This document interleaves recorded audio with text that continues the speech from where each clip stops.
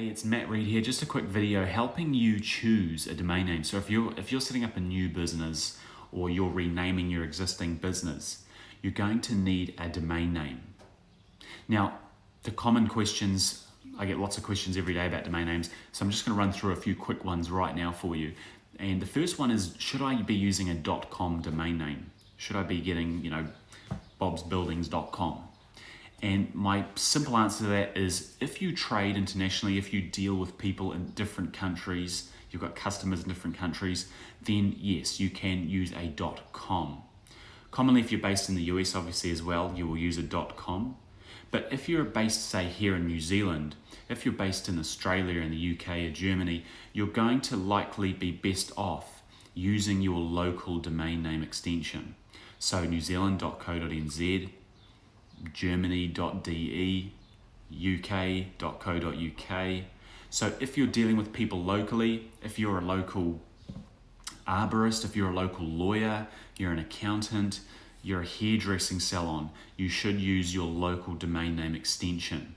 That shows people straight off the bat on a Google search that you are local. I have people say to me, Matt, if I see a .com domain when I'm searching for something locally, I won't click on it because I think it's spam, or I think it's someone else. And obviously that's not obviously correct most of the time, but that's people's perceptions.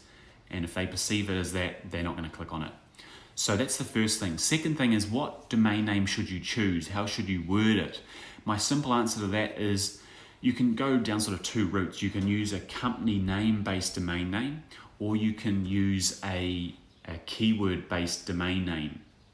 So for example, if you're a local hairdresser in, say, let's just say Seattle, you could get the domain name, which I'm sure would be gone by now, seattlehairdresser.com.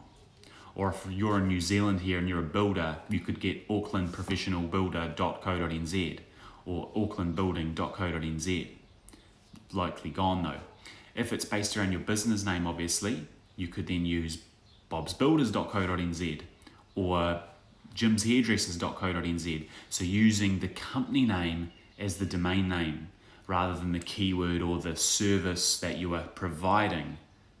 So you can go either way. I personally just like to use the company name as the domain name. So, I'd have mattreid.co.nz rather than webdesignconsultant.co.nz, for example. Now, what you've got to consider when you pick a name is that it's easy to spell. So if your name, like my name, for example, Matt Reid, how could you spell, if you're talking to someone on the phone and they say, what's your website? Oh, it's mattreid.co.nz. They're going to go, okay, mattreid.co. I've got to go, sorry. And then they go in to write your domain name in later. They go to search your website up later. Oh, is it Matt, M-A-T-R-E-A-D? Is it M-A-T-T-R-E-A-D? Is it M-A-T-T-R-E-A-D? So you've got to make sure that your name, the spelling of your name is like very direct. There's not many variations of it. Or if there are variations of it, consider buying all the different variations of that domain name.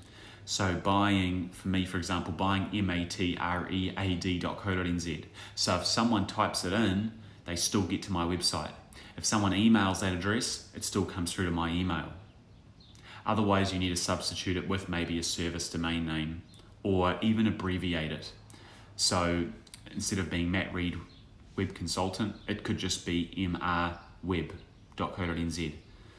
What's your website? It's mrweb.co.nz. Simple. So just make sure you pick something that's easy to spell.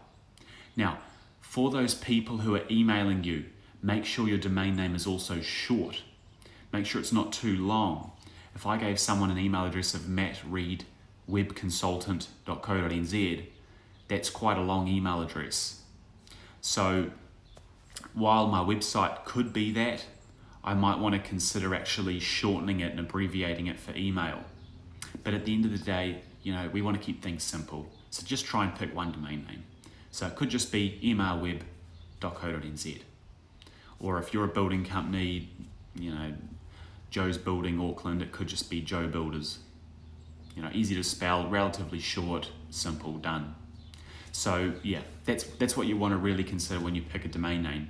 So making sure that it's either a service-based name or a company-based name, making sure it's short, making sure it's easy to spell, making sure there aren't too many variations of that name as well. So just make sure you keep those things in mind when you're picking a domain name, and you can't really go wrong. Anyway, I hope you guys found that helpful. So just put a bit of time into planning what name you're going to choose, then reserve it. Don't sort of make decisions too quick and set something up that you're going to, in the next 6 months, want to have to change. It's a pain to change your domain name. It's a pain to change your website, your email address, 6 months into your business, 12 months into your business. So get it right from the start. Anyway, thanks for listening. That's Matt Reid, and nice to talk to you. Cheers.